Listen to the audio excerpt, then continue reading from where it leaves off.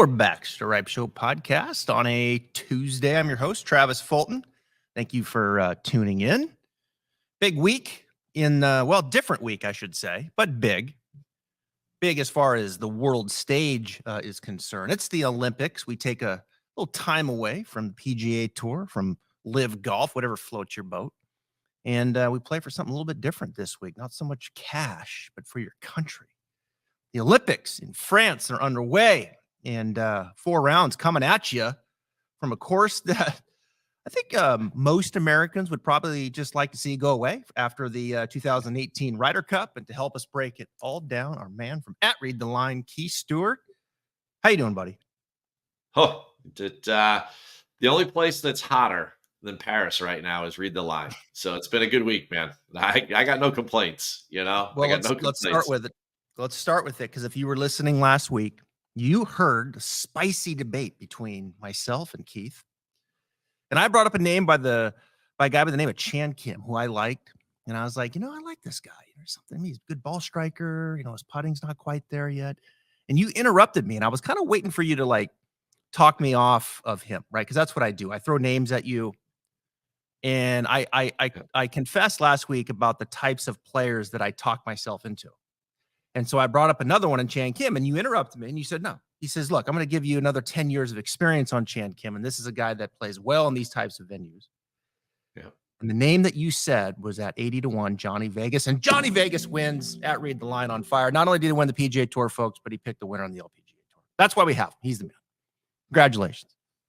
A double win Sunday, a return of 120-1, because Wow. Lauren Coughlin has just been playing absolutely spectacular on the LPGA Tour, and they played a really difficult golf course up there in Canada for the Women's Canadian Open, and her ball striking just set her apart. She birdies the 17th hole on Sunday, gets the job done, 40-1 on top of Johnny's 80, and Read the Line, baby. Love it. Yeah, it was an awesome pick. Good discussion. But you didn't talk me off of Chan Kim, so anyway, we'll try that again here this week, perhaps with some names. But that's a good segue. You said difficult course up in Canada. And, we've got ourselves a pretty difficult course here this week as we move it ahead to France. And we try to pick another winner. And of course, this week, the winner's going to win a gold medal, which is pretty cool. Xander won it 4 years ago for the United States, and no one is playing better golf than Xander Schauffele from the men's side. And we're looking at 60 players for the men in the field. But this golf course, Le Golf National, right, in France, they're playing the Albatross course. You remember from 2018 in the Ryder Cup when the rough was head high, just barely off of the fairway. And I don't think we're up against it this week as far as that kind of rough right off the immediate fairway. I think there's going to be more of a gradual type of rough. But nonetheless, I've done some research about this golf course on the DP World Tour that they play there every year, Open de France. And it's a difficult course, right? This is one of the more difficult golf courses, even on the DP World Tour. It's not going to have quite the rough that we saw in the Ryder Cup, but for our viewers, give us a little background on this course and the kind of player it favors. Well, Le Golf National is certainly going to be one of those venues that's going to favor precision over length. So we're looking for some accuracy. It's a positional golf course. Much like the 3M last week, or we were talking about Earl Grey Golf Club up there in Canada for the ladies. You have to really put the ball in the fairway here. Now, there's been a lot of speculation on if the rough's lower than the rough's always going to be lower than it was in the Ryder Cup. Right. But as a DP World Tour event, the average winning score over the last 5 years here is about 12 under par. So that's the equivalent of a middle tier, middle difficulty type PGA Tour course. So this is not a birdie fest. Mm-hmm. And it is one of those places where I think that there's some forced layups off the tee. There is also some par fives you can get at. There's some short par fours, but then there's some very difficult par fours. There's not a lot of trees out on this property. So there's not a lot of things to line your eye up with. I think probably the biggest thing I'm favoring this week, Travis, is course history and course experience. We have 30 rookies out of 60 guys. So half the field has never played this golf course in competition before. All 4 Americans weren't there in 2018. And that's probably a good, but it's also probably a good thing. But at the end of the day, the Ryder Cup being match play and the way they manipulated the course layout and everything, I would discount all of that. And I would just stick with the Open de France, which is played in the fall, which is a 72-hole individual stroke play event on the DP World Tour. Those would be the events I would be looking at the course history, and I would want to know, what types of players had played well there. You have in 2018, Alex Noren, he's in the field this week. In 2017, you had Tommy Fleetwood win there. He's in the field this week. A very, very top-heavy field. It really, as a golf fan, it's almost a huge benefit because we weren't going to see the live guys against Scotty and Xander for the rest of the year. Now we got Rahm, who's in good form. He just won Live London, and he's going to go right back at these guys a couple weeks after Royal Troon. So I think that's going to be a ton of fun to watch. But overall, everyone's going to tell you about approach play from long range. They're going to say hit the fairway, do this. I'm really just thinking about who's played this golf course before, who's had success here, and who can repeat that. Because with all the distractions that are going on in the Olympic Games, guys watching other sports, traveling in Paris with their wives, doing whatever they're doing, right?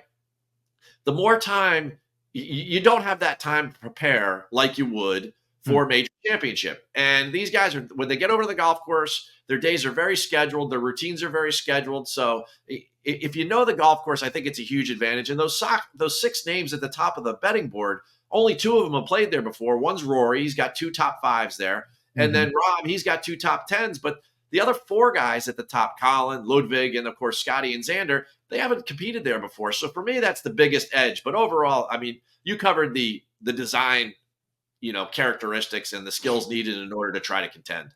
Sounds like we're going to have some graduated rough is what it's going to be. Okay, you're off the fairway. It's not overly penal. And then, okay, we're into the second. All right, we can do a little bit with it. And then the third, I think, is more of what we were seeing back in 2018. Of course, they set it up that way to take the power out of the Americans' game, really neutralize the driver. And of course, these guys just got boat race. What was it, 17.5 to 10.5, something like that? I think was the Ryder Cup. And it's just fascinating. You go through this. I had to check it twice. That these 4 Americans in Scheffler, Schauffele, Morikawa, and Wyndham Clark, they were not on the team at all. No. And so it's crazy to think just back in 2018, none of them were on the team. And so they come there for the first time, to your point. And it feels like a golf course that it would certainly benefit to work yourself around a little bit. I think your points are valid there. I've certainly taken that in consideration as I kind of give some early leans up at the top of the board and who I think will do well. But we're going to do something a little bit differently this week. Usually we give you our first click and then we kind of go from there. But let's kind of talk about it just from the context of gold, silver, and bronze, because that's really what we're after here. And I know there'll be some other bets there, but that's what's cool about the Olympics games. There was something, Keith, and I'll just start with this. Watching some of these interviews and not seeing these guys just, obviously decked out in their sponsorships and this and that. I mean, just sitting there representing their country. That's the only thing that's on their body is the flag. It's just, I don't know. It's just cool, right? Like this week is cool with everything that's happened in the game, the divisiveness between the tours and all about money and this and that. And this week, it's just the country, right? And you're representing your country. And I think that means more to some probably than others. It means more to some than others. But at the same time, just watching these 4 guys sit there in United States gear is pretty cool. No doubt about it. My biggest question this week is, what is your motivation for being there? Yep. Because that has to be the ultimate driving factor towards success and how willing you are to get the hard work in when you can amongst all of these Olympic schedules and the things that you're doing.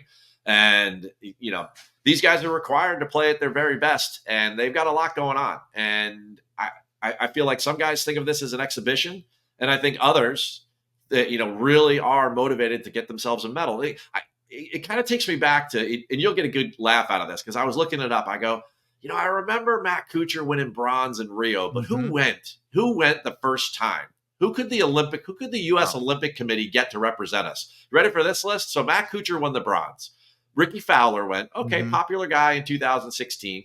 Got a tat. Bubba, what? He got a tat, didn't he? Oh, yeah, tattoo on the arm. Yeah. And then the other 2 guys were Bubba Watson and Patrick Reed. Yeah. What are we doing?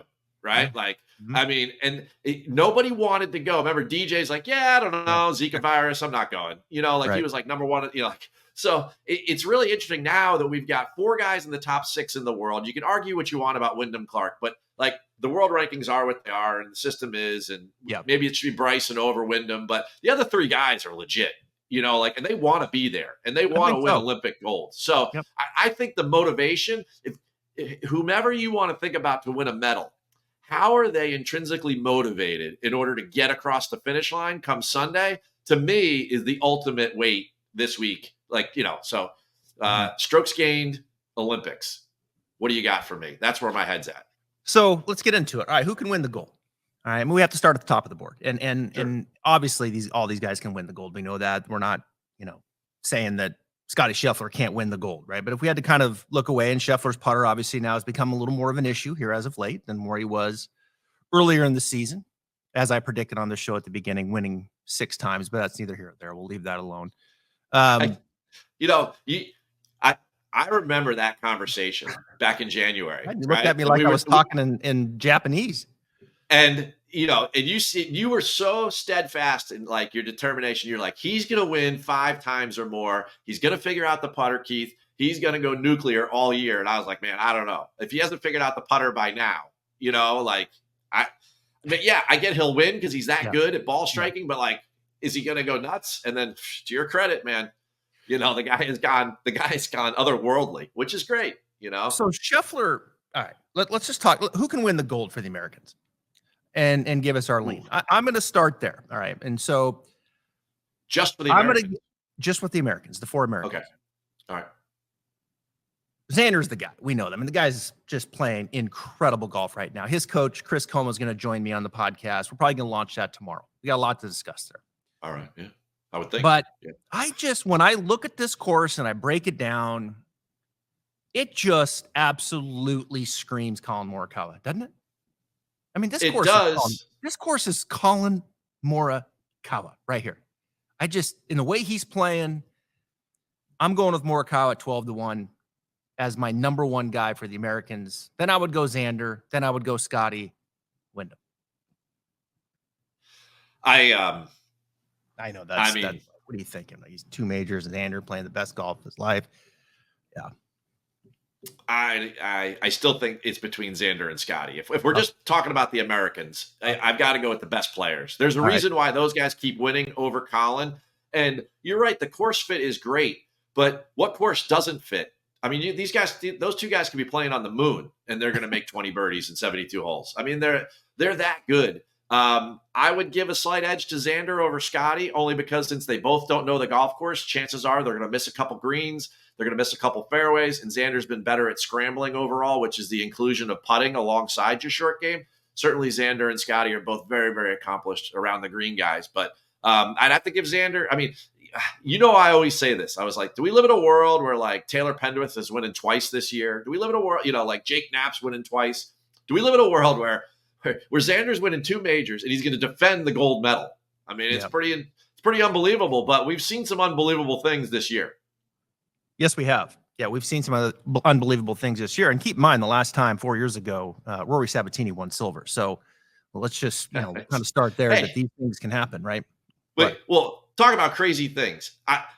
That was one of the wildest things I will never forget in watching golf, because every time you watch golf, and you and I are conditioned to this, I've watched golf my whole life. There's a playoff for first place, right? Because you can't tie for first, but everybody else just ties and they pay them out, and it is what it is, right? Unless there's some sort of like USGA event where there's a tie for the 64th match play spot or something like that. But that's like a totally different situation. You remember when in Japan when they had a 7-man playoff for the bronze medal? So Xander knew he won. Rory Sabatini, Slovakia's favorite son, he won the silver, right? Then you had CT Pan. Okay, I gotta remember all these. CT Pan, Paul Casey, Mito Pereira, Rory McIlroy, Colin Morikawa, Sebastian Munoz, and the last one, Japan's Hideki Matsuyama. So you had 7 guys going for 1 medal, and that was as an intense a playoff and it was for 3rd place as I've ever seen. Like, those guys were playing for their countries. They were all decked out in their country colors. That to me is what makes this week so very, very interesting and compelling at the same time. All right, so let's go to the other two that we did mention, because the Americans have 3 of the top 5 in odds right now. McIlroy and Rahm, they're both right around 10-1. Yeah. And who's it mean more to of those two? Who's it mean more? Oh, I think it goes way beyond medals for Rahm. I think it means more to him because he hasn't shown up he's gotten whooped all year by Scotty and Xander. Yep. I don't think he feels the same way about Rory because their competitive timeline goes further back than that. And he's had his wins versus Rory. He's had his wins, Rory's had his wins versus Rahm. But Rahm's really been upstaged this year by the Americans. And that drives the Europeans nuts. So here on European soil, I think Rahm comes into this thing, especially like Rory too, but I think Rahm coming off his win last week at Live London, he played the best of anyone in the worst wave at Royal Troon for the weather. I think Rahm is, if odds didn't matter, I would pick Rahm to win the gold. Me too. Yeah, that was my first pick. I think Rahm has now found his game. He's putting together. He finally gets the win and Live. I think it meant something to him there last week for sure. Yeah. And I agree. I think, Rahm's had some experience on this course. And I agree. I think he has been kind of getting whipped for most of the year. And now that he's playing some good golf and the boys are back in town and everybody's together, it just, you get the feeling that Rahm's there and it's business, man. Like he wants this one. Yeah, he wants this one. So yeah, Rahm is Rahm and then on the American side, Morikawa are my 1 and 1A from a gold. All right, so let's stretch it now a little bit. If you had to, how far are you going to go down the board here? If you're looking for some odds, is there anybody in the 15, 20, 30-1 that you could see walking out here with the gold medal? Oh, definitely. Okay. There's 2 guys I really like. Okay. As you get into the mid 20s and then even into the low 30s, where they posted to start the week, and their numbers are dropping. So it's Tuesday. I'd get on this. It's not much is going to change before Thursday. That's for sure. And one of them, he was a flag bearer for his country. So again, that motivation question: does this guy want to be here? Yes, he wants to be here. Has he been playing well? Well, you know what? Shane Lowry's been playing some great golf. And if we need accuracy off the tee, if we need ball striking, then this place is a superior fit for him. He has played in the Open de France a bunch of times. He's got a couple top 20 results here, so he knows the golf course. He's in better form than almost he's ever been, except the one time in 2019 when he embraced winning the Open Championship in his home country with the pressure of the home fans. And all of that, and not hosting an Open Championship in 50, 60 years, it hadn't been to Portrush. And when it came in 2019, and that seemed to be an environment that Shane Lowry flourished in my mind. So if the ball striking's there, if the course fit is there, and you're looking for somebody who's motivated by something like a medal, by country pride, then to me, Shane Lowry is somebody that we got to be talking about this week because he checks all the boxes, especially the motivation one for me. I think that's a good one. There's 2 guys that I'm kind of kicking back and forth. One of them that I think's on a nice track, didn't play well at the Open Championship, and I think that's going to hurt him a little bit as far as being up there, and that's Tom Kim. I think Tom Kim, I think it means something to him too. Young guy. You saw what it meant playing in the President's Cup to him, and he elevated his game. I mean, Tom Kim elevated his game in the President's Cup. I think Tom Kim, these types of events, I think it means something to him. I really do. And we've seen that. And I think that matters. And I like where he's going with his ball striking. He is steadily improving. That miss in the Open Championship, or the miscut in the Open Championship, I think probably hit him pretty hard. But he was 15th at the Scottish. He was 2nd at the Travelers. And I think he's becoming a bit of a complete player. I mean, we need to get it to 13 under here probably. Is probably 14, maybe. It depends on the weather. I know there's maybe 1 or 2 days there might be a little bit of weather, but Tom Kim's one that I think if you kind of look down the board, and anytime we start getting into this kind of golf course and we don't have to get it to 21, 22 under, and this might be a little bit of just more of a sentimental bet for me because there's outside of the United States, if I had to pick one guy to win the gold medal, it'd be Corey Connors. All right. It'd be Corey Connors. I think that's the guy that I would love to see win the gold medal for Canada. He has seen his Canadian counterparts do very well in big moments over the last year. Yeah, that's a And great point. Corey Connors is a ball striking machine, folks. I mean, he is a Oof. ball striking machine. And so this dude will keep it in the short Yeah. craft. He will hit plenty of greens, and he doesn't need to get it to 21 under. And I think he's made some incremental improvements in putting. Hey, Corey Connors, get it to 14, maybe 15, chip in once or twice. Get yourself a gold medal. Corey Connors, man, that would be pretty cool. All right. Well, yeah, the ball striking totally fits with Connors. But to go Yeah. back to your point about Tom Kim, and I hadn't considered Charlotte and the President's Cup, how fired up he was to play Oh, for a team and a jersey and all of that. But unbelievable. consider this for a second. Mm-hmm. He and Ben On, right? He's 22 years old. This kid, the sky's the limit in his career, right? Mm-hmm. He's 22 years old. And sometime between now and the next 13 years, he faces mandatory military service. He's got to go join the army for a couple of years, right? And we've seen that destroy careers South in Korea. golf. Mm-hmm. Oh, South Korea, right? Yep. Okay. The only way to get out is if you earn a gold medal in the Asian Games or any medal in the Olympics. Now I'm going to take this story a step further. Okay. Tom Kim last fall went over and played in the Open de France. He finished sixth. First time he'd ever seen the golf course, so we know it's a good golf course fit. He finished sixth last October, okay? Yep. And you say to yourself, why is Tom Kim in the middle of his offseason going all the way over there to play? So people were asking him, they say, like, are you doing this for a reason? He said, yeah, I'm on a scouting trip for next summer. We talked about motivation. This event means something to the South Koreans, more so than I think you and I could ever imagine. So the Tom Kim pick is really, really something we should all be paying attention to. And if there's a number, I would think Tom Kim would be favored. If there's a number for just a medal, like not top 5, top 10, but to earn a medal, right?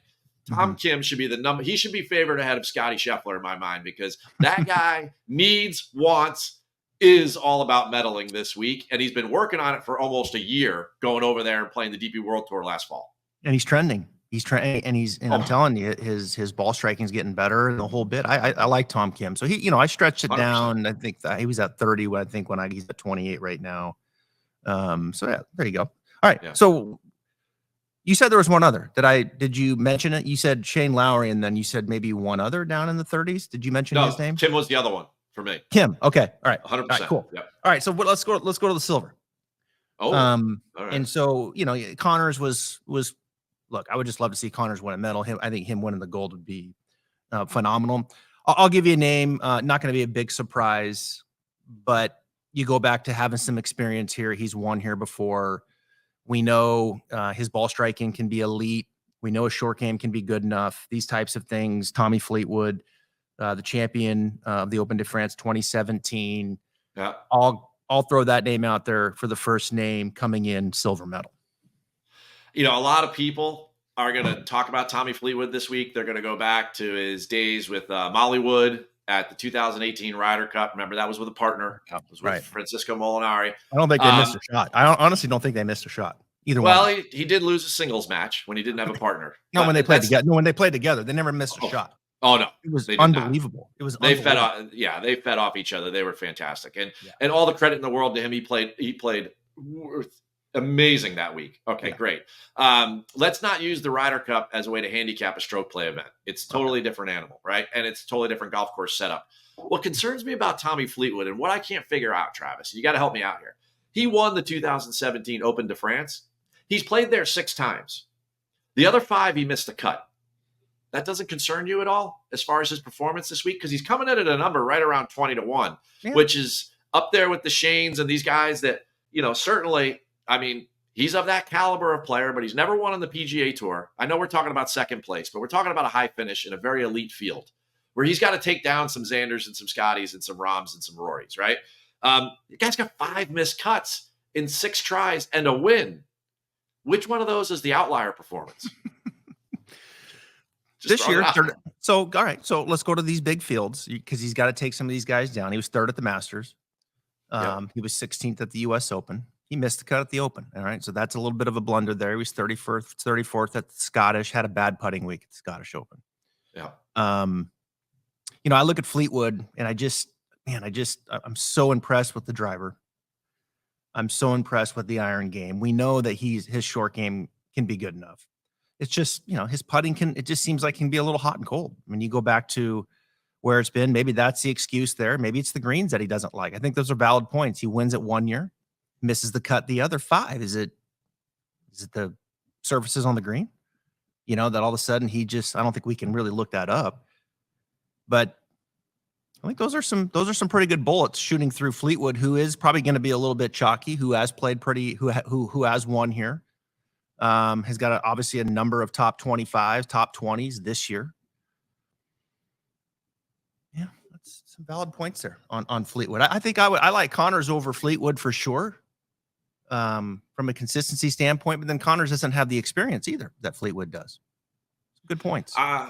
For silver medal, I love the Corey Connors to medal. I think that not having to win, and even though his putting's been getting a lot better, not having to win, just getting into that like second place spot is like really kind of suits, and it would be total like modus operandi for like standard business procedure for Corey Connors would be to get a silver medal at this thing, and another guy I think about who really fits this golf course is a guy like Abe Answer, like that style of player, and coming from a smaller country, this means a lot more to those folks because there are other athletes there that are really working hard in order to try to win medals. And they're not sending 400 athletes like the United States of America. They might be sending 40, Mm-hmm. And some of these smaller countries, I think it means a lot more. So to me, something like that, somebody like an Abe Answer. And at some point we got to touch upon, there's 2 home guys there, right? No, I mean, this golf course was built by the French Golf Federation in order to host the Open de France, right? So who's better suited to win a medal there than Matthew Pavon or Victor Perez, both in the field, both from France, and both going to have a ton of support. Yeah. Yeah, and you and I have debated those two before. And Perez, Pavon, of course, he's had a pretty good year on PGA Tour this year. But Perez probably, what do you think? A little better player, you think, Victor? Well, I mean, it's tough to say because Pavon just went out and won Torrey, and that's the place where you got to put the ball and play off the tee. Yep. Hello, Le Golf National, right? And that kind of came out of nowhere. I mean, Pavon's really put it together here all of a sudden this year. Yeah, I would say long term, Perez has been better resume, but Pavon in recent months or 2024, Pavon's been pretty solid. He was good at the Masters. He was good at the U.S. Open. So all of that. Pavon, his odds are lower to gold medal, so that makes sense. But both of them have been playing well lately, and I think they'll be interesting. I think they have to be an option to medal with the amount of support they're going to get. All right, I want to go back to this silver discussion because obviously the big names we know we're kind of moving past some of the big games. We gave you our big names. We gave you some of our leads there. We didn't talk about Ludwig, but we know. Ludwig, no one's going to be surprised if he medals. But let me give you some names. Would you take Hovland over Fleetwood to medal? Ooh.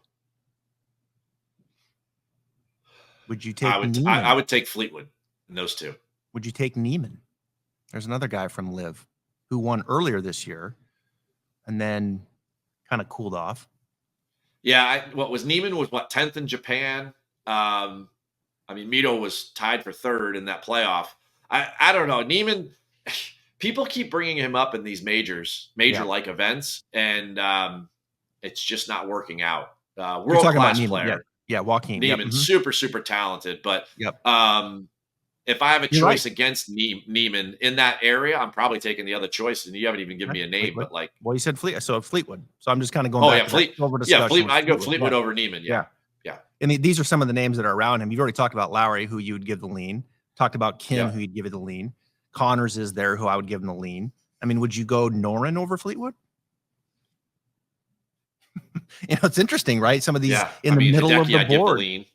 Hideki, you would? I'm sorry? Okay. You would give Hideki the lean over Fleetwood? Yeah. Okay. Oh, yeah. Interesting. Yeah. Fitzpatrick? Yeah. No, Fleetwood. Okay. All right, now we're getting down in here into the 50s and the 60s.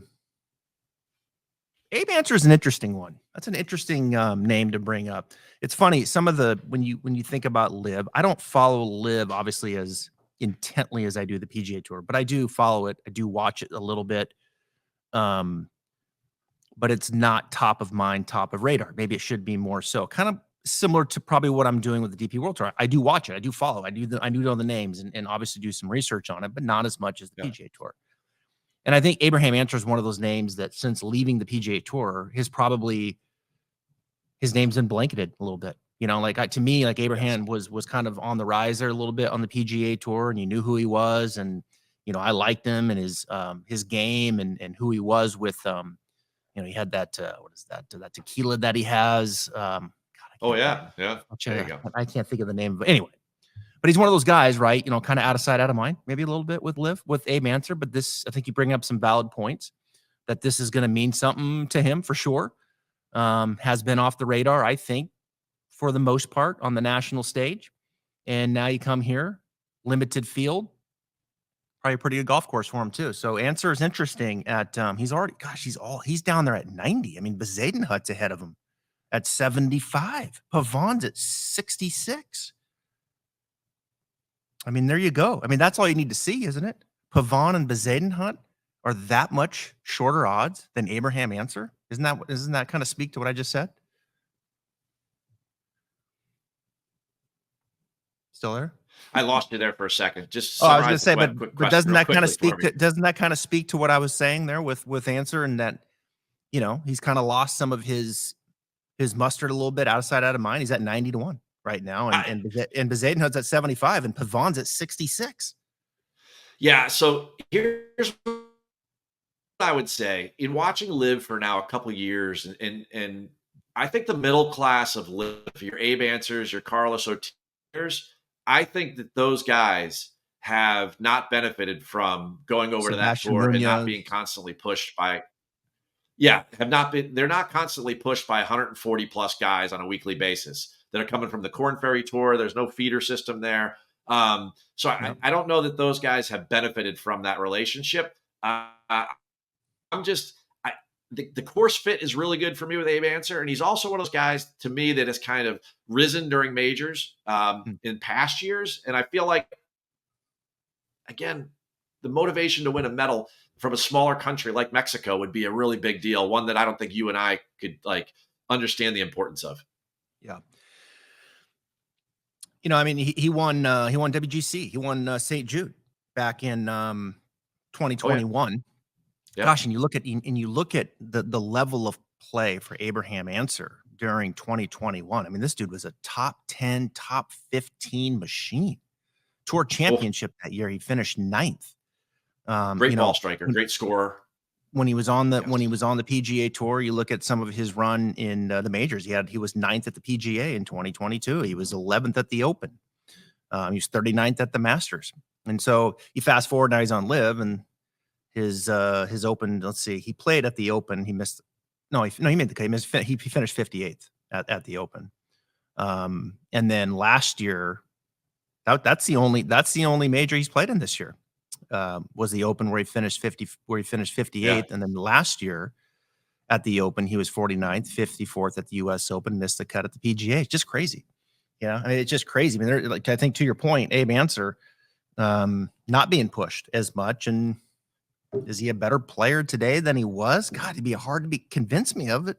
I mean, based off how he used to play on the PGA Tour against these great players, winning the WGC, top 10 at the Tour Championship. I mean, my goodness.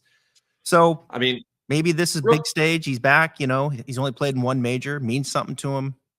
Maybe you have a valid point there. Maybe he medals. You looking for an edge? You get official world golf ranking points this week. You don't get them for Live. So this is a huge, and this is a good strength of field. Yeah. I mean, you got 8 guys in the top 10 in the world in the field. You're going to get some serious points here. This is a big deal to certain people, and I feel like, again, what is your motivation for being here? So. Got so Guido's in the field, right? Migliosa. He's a fun player over in the DP World Tour. Fun player. We don't see him much over in the States. I wish he would come over. He's had some decent success here on the course in the DP World Tour. I mean, you give Guido any here, I'll give you 2 names. Guido, guys we don't see a lot. And then Thorborn Olsen, who Thorborn we've seen in the President's Cup. Thorborn has played this golf course pretty well in the DP World Tour. And there's 2 names that you start getting down to 90 and 100. I wrote him down as some long shots, maybe a sprinkle on a bronze medal. So I was waiting for the bronze medal to come out, and Okay. the two Italians were going to be my Okay. choices down there Right. for the bronze medal. Guido being one. He's a past champion there at the Open de France. He won at 16 under par in 2022. He's played well in the last month. A couple top 10 finishes there, and on the DP World Tour. So I mean, the guy's in good form. He's won there before. I mean, so like all signs are pointing to the right place for him there. And also, Matteo Manassero has really There you go. resurrected his career. He really And has. we were talking about this before the Open, and I said I wanted you to do like a timeline, a case study on his I'm working on swing, that. and I think that would be really. I would love that podcast. It'd be really fascinating to me. But again, coming from Italy, I think both of those guys, they're Manassero and being like with the Molinaris and the whole Ryder Cup culture over there. I think that the Europeans are going to be very strong over here. And that's not to say that like the Corey Connors or the Abe Answers coming from other parts of the world, but like, geez, I think these guys are just going to be that much more fired up and that much more motivated to get the job done, treating this almost like it's home field in a Ryder Cup type of ecosystem that we live in, right? So, I mean, even Rory yesterday was playing St. Andrews and somebody was yelling like, "Hey, I'm from the Bronx, hey, Rory, what's up?" And he's like, "You're not going to like me next year," and it's like, these guys live for this. I mean, there was the comment today, Shane and Rory were in the press room and they were asking about the length of the rough. And Rory was like, "I don't know. I wasn't in the rough in 2018. Like, then he said, ask the Americans. Yeah. I mean, like, whoa. So we're just throwing bars left and right. These guys, it's their culture. They live for that. So bronze medal, I like one of those Italians to make some noise. Yeah, I do too. I had Manassero written down. He is playing. It's cool to see him working himself back. Guido can put it together over there. I think that's a real fun player to watch. And the only other name that I circled that I think is going to be interesting to see how he does, who's kind of done some nice things on Live, is David Puig. Is it? Sure. Yeah. Did I say that right? Puig or Puig? Yep. Puig. Puig. Yeah. He's another guy that I wish we could watch a little bit more, and how he would stack up with, I think, the deeper fields on the PGA Tour, and see where he would stack up with that. But the only name down there I think maybe worth a look's Mito. Mito showed up it was in that playoff for the bronze medal, and Mito is a flusher. I mean, Mito can go, from a ball striking standpoint. I don't think I'll go that far down, but I think I'll go as far as Emiliano Grillo down there too. Yeah, who I liked last week, who kind of ran up, who ran up the leaderboard last week a little bit as well. Yep. Yeah, and it's his second Olympics too, Grillo. He played in 2016 down in South America. So, Grillo he'd probably the furthest I'd go down there. I don't know that,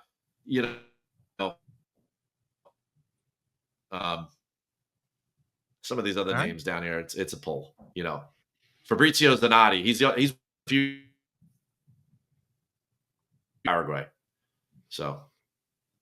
All right. So we got Morikawa's Rahm's going to win the gold. Tom Kim's going to finish silver, and either Morikawa or Connor's probably bronze. That's probably how it's going to go. I mean, sounds good. I'd like to see, honestly, I'd like to see another 6-7 person playoff. That'd be cool. Oh, I'm living for that. I mean, it's going to be tough to change my mood since Sunday, Travis. So if you give me a 7-man playoff for third, I'm in. I'm all in for it. Wow.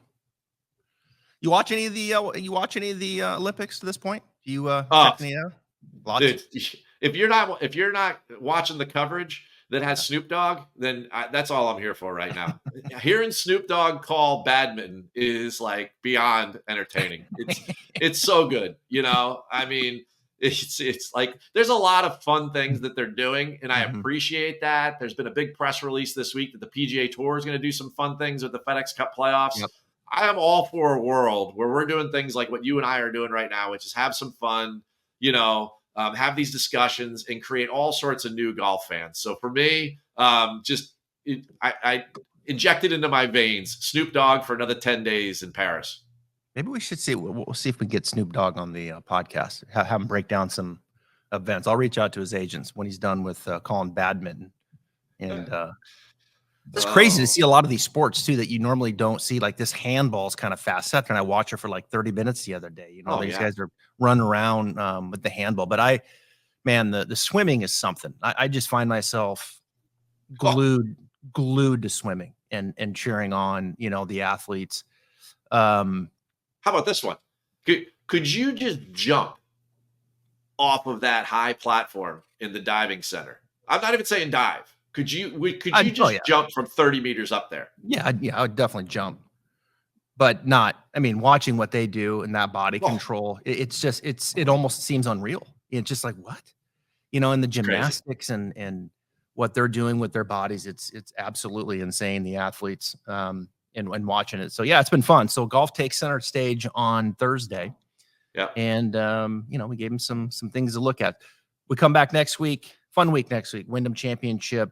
absolutely. Kind of take a look at some of the bubble boys before we head into the playoffs. We have a good stretch coming up in August. As I mentioned, Chris Coma is joining me, and we'll launch that pod on Wednesday as we catch up with him on a lot of the stuff that you're seeing with Xander right now and the success that he's having, and then just a Love it. whole slew of other things. So look forward to that. Keith, you're the man. 121 last week. We're not going to probably get those odds this. Well, who knows? Maybe we will. Probably not going to You get never those know. odds this week, but maybe a gold medal in there. That'd be pretty cool too. Yeah, playoffs. I'll be on the road all 3 weeks, so insights will be running rampant on this show. So everybody tune in. Fantastic. Can't wait. All right, Keith Stewart at Read the Line. Thanks, man. Peace. Sweet.